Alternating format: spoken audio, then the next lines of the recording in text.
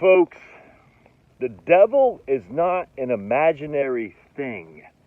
He is real and he wants your freaking soul, man. Do not laugh at the devil, as C.S. Lewis says. We've come to the devil's greatest success is that we laugh at him as a clown, a cartoon figure in tights, or we pretend he doesn't exist. So either he's like a South Park version of the devil who has a crush on Saddam Hussein, which is funny, I'm not going to lie to you.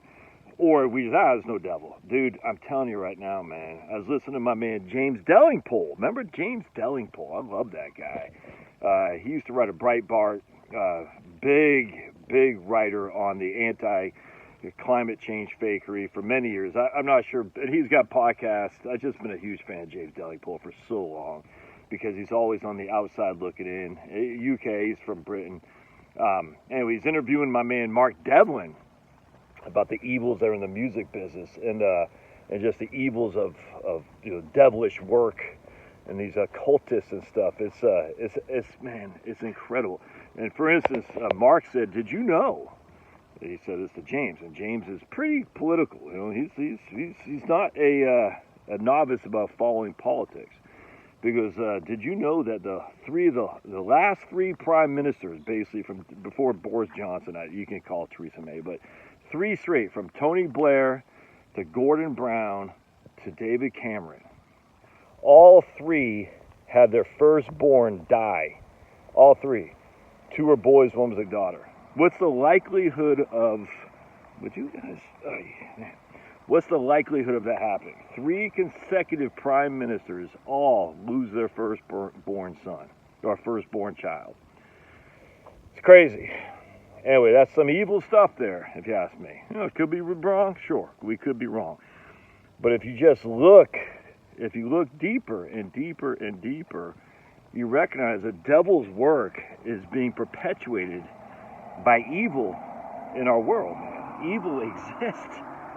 And to laugh it off as this, you're conspiracy or this, okay, that's exactly what the devil will want you to do. Don't take me seriously. Let me get your soul. Or look at me, I'm just a clown. I'm just a cartoon character in tights. He exists. Mark was saying how the music, what's it called, tritone or so. I can't, it's beyond my ability for comprehension because I'm not I like music, but I'm not a musical connoisseur in terms of how it's made. But apparently there's some rhythm that I guess even the Catholic Church had banned many moons ago because it's basically satanic, the way the music was constructed. And tritones or something like that. Come on, guys. I'm not sure exactly what it was, but so I got Finney. You can see. There's Pablo. They're smelling something. There's knuckleheads. Would you guys just go poop already? Oh. Come on. All right, there we go. Come on. Anyway, so Mark was saying how the tritones or something like that was at some point banned by the Catholic Church because the way the rhythm is very, it puts you in a bad state emotionally or mentally, I suppose. And it's interesting. He said the deep bass line of hit. Now, Mark is a hip hop expert, was a DJ in London. I'm not sure if he still is, but kind of well known, and I may not London, but the UK, kind of well known in that area of being a DJ. He goes, the thing is that the deep bass of hip hop is very emotionally disturbing. You know what I'm saying? Where are we going here, boys? It puts you in a rhythm that's not good for your soul.